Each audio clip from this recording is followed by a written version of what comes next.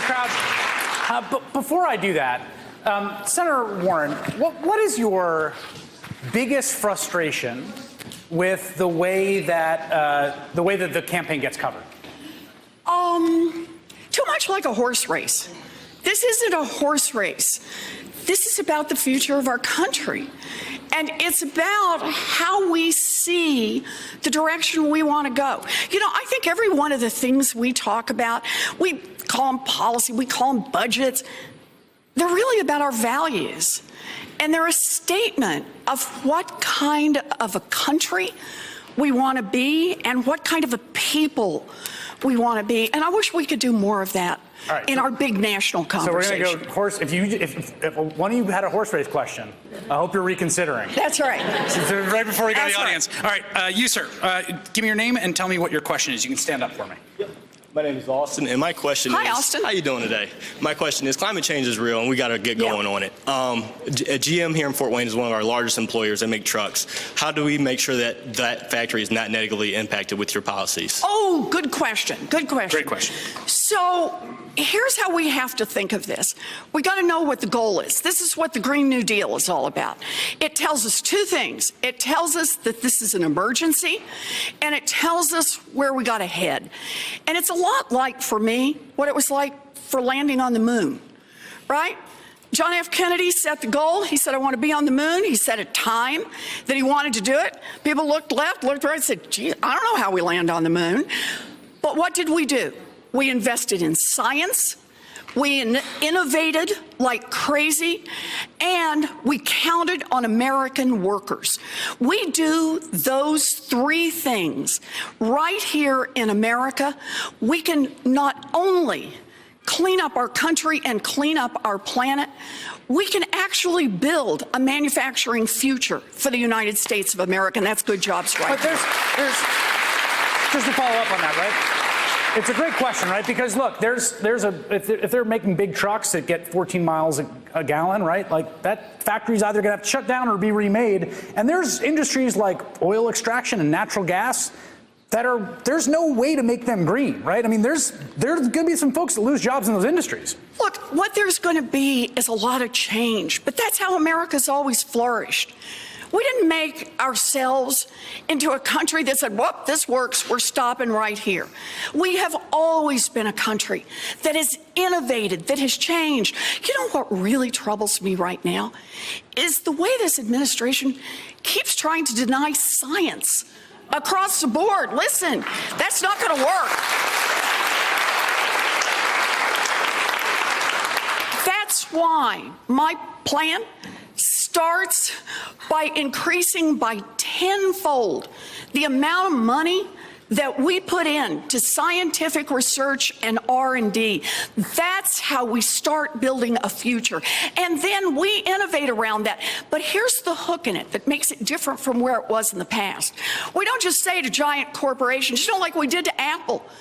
You all, taxpayers, you paid for the basic technology to develop that science, that technology that led to those fancy phones. And then where did Apple go build them?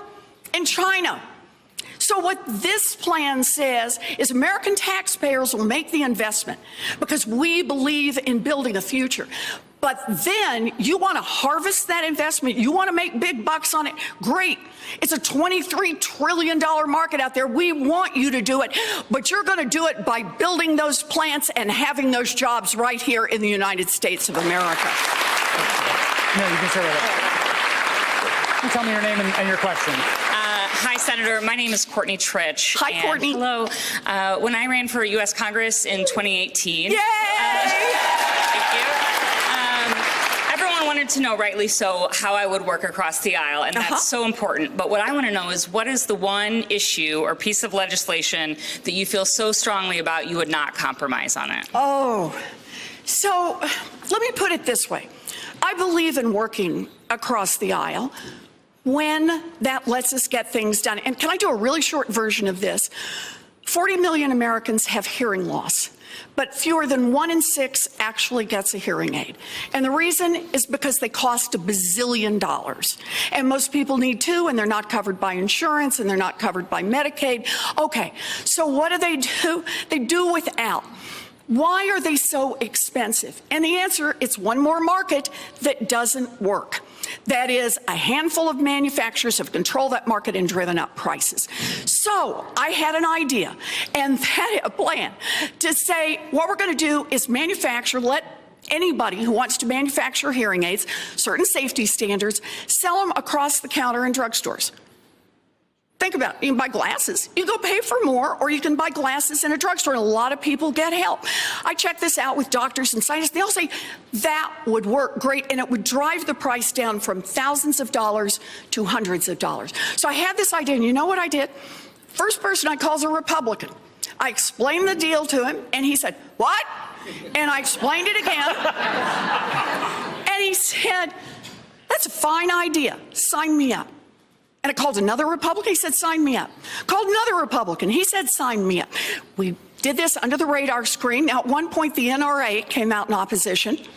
I kid you not. It's true. But the point is, we got it through, and next year, people are going to be able to buy hearing aids over the counter across the aisle. It's huge, too.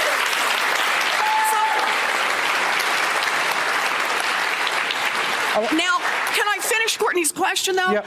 I do want to say on this, though, Courtney, and I was glad to do that. We made some changes in the bill, but we're talking about things like health care coverage. I'm not going to compromise when people say, I want to take away health care coverage from 30 million people. To say, I tell you what, we'll just take it away from 15 million, and that's going to be okay. Health care is a basic human right. We fight for basic human rights. So I'm in all the way. Thank you, Courtney. So, Senator, this is, I want to introduce you. This is TJ Bray. Yes.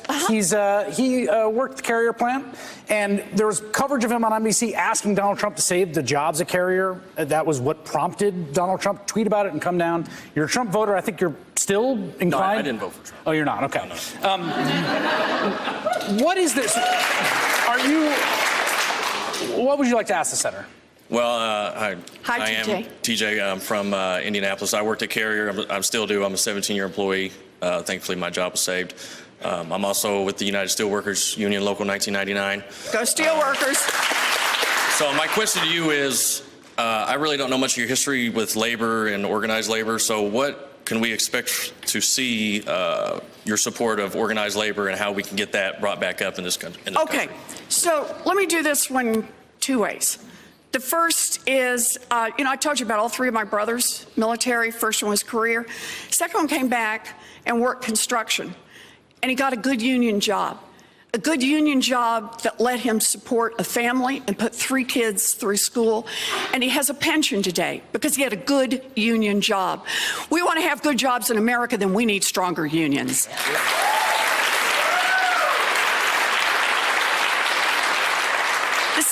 Is I'll just do it just a little bit on the policy side, and that is to say we got a real problem in this country, and that's a handful of giant corporations that have so much power, they just roll wherever they want to roll. They roll over their employees, they roll over their customers, they roll over their communities.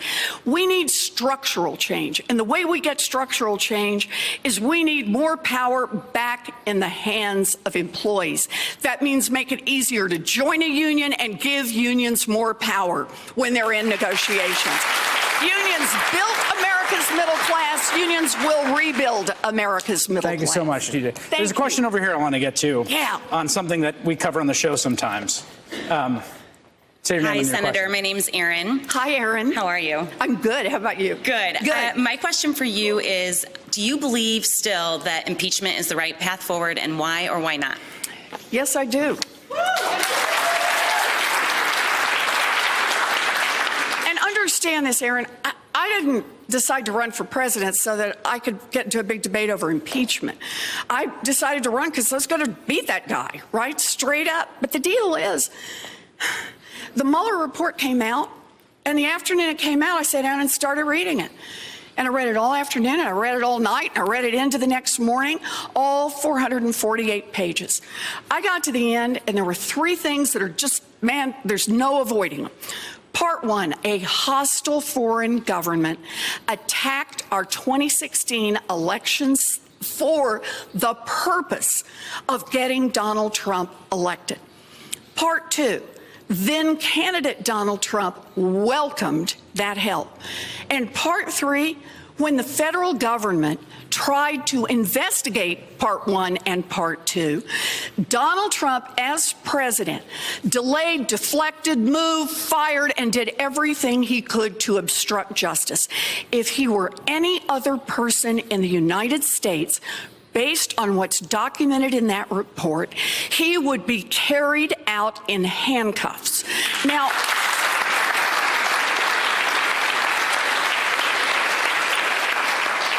I took an oath of office, not to Donald Trump, not to any president. I took an oath of office to the Constitution of the United States of America. And that Constitution says no one is above the law, including the President of the United States. I get that this is politically tough. I get it. But some things are bigger than politics. And this matters for our democracy, not just now, but under the next president and the next president and the next president. We have a constitutional responsibility here, and that's to start those impeachment proceedings. Let me ask you. Thank you. I want to ask you a final question here. We got about a minute left. Okay. I hear this from people. They say, I like Elizabeth Warren. Good. She seems smart. She's got a lot of ideas. But I just don't know. I feel like Trump would beat her. I feel like he just doesn't work. I don't know. Are people going to vote for? What do you say to people that say, I like you on the substance, but I'm worried about your electability as the nominee for the Democratic Party? You know, I remember when people said Barack Obama couldn't be elected.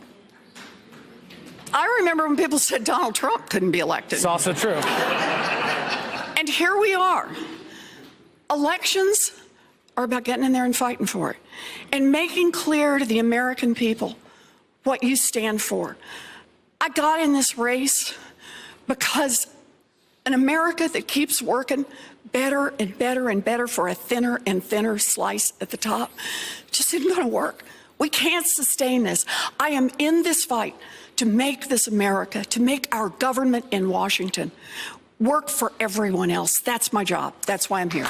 Hey there, I'm Chris Hayes from MSNBC. Thanks for watching MSNBC on YouTube. If you want to keep up to date with the videos we're putting out, you can click subscribe just below me or click over on this list to see lots of other great videos.